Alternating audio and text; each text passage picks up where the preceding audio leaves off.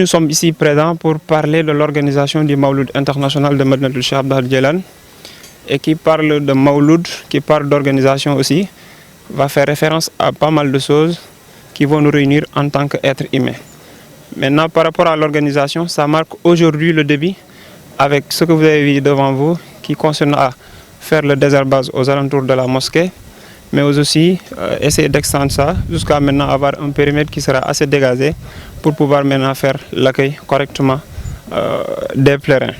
S'agissant par exemple par rapport à ce qu'on peut noter ou par rapport à ce qu'on peut dire par rapport à la cité religieuse, qui dit Madinatul Djeylane dit que fait référence à une cité qui est religieuse. Et une cité religieuse obéit à des règles et à des lois. Donc ici il y a des règles et des lois qui ont été établies sous la direction et sous la houlette de notre Cheikh Ibrahim Ibn Cheikh Mouhidine. Nous, en tant qu'organisation, nous veillerons à ce que ces dires, ces lois et ces interdits puissent être respectés dans la mesure du possible, mais aussi dans une courtoisie et une paix qui sera assez sociable.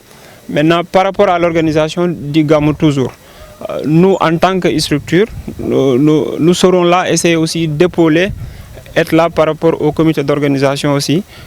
Il y aura des plateaux de santé qui seront organisés ici pour pouvoir faire ce qu'on appelle des consultations gratuites le jour du Gamou. Même avant le Gamou, la veille, il y aura une conférence qui sera organisée à l'échelle nationale comme internationale et qui se portera sous le thème de vivre et préserver la sunna du prophète Mohammed sallam au quotidien. Et cette conférence, nous l'organiserons le veille du Gamou. Et même cette Gamou aussi, comme nous a enseigné le père, le maître, le guide, Cheikh Mouhidine, à chaque fois, il nous incitait à revisiter l'histoire, que ce soit national comme international. Mais aussi cet aspect de faire vouloir revisiter l'histoire aussi ne lui permettait pas de le camper sur certaines personnalités. Il nous disait qu'il faudra toutefois faire le fouillis sur ce qui représente le domaine spirituel, mais sur ce qui représente aussi le domaine temporel.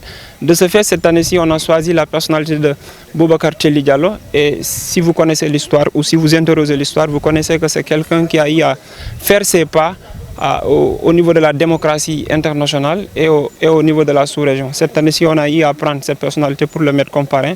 Ce sera aussi l'occasion de communiquer avec la communauté nationale comme internationale sur la personnalité de l'être en tant que tel. Maintenant, sur différentes langues, on le fera non seulement en Wolof, on le fera en version française, on le fera aussi en version anglaise, allemande et aussi, Inch'Allah Ta'ala, cette année-ci, on va ajouter la version arabe. Pour ne que citer que ça, le jour du Gamou aussi, nous continuerons toujours aussi à magnifier et à montrer les enseignements que nous a légués notre vénéré guide, à savoir à travers des expositions qui seront organisées, mais aussi des interrogations qui se feront à travers les médias, que ce soit les sites ou bien que ce soit les télévisions. Le Mawlud sera célébré ici à Madinatul Cheikh Abdou Lahad Djeylane le mardi 3 octobre 2023.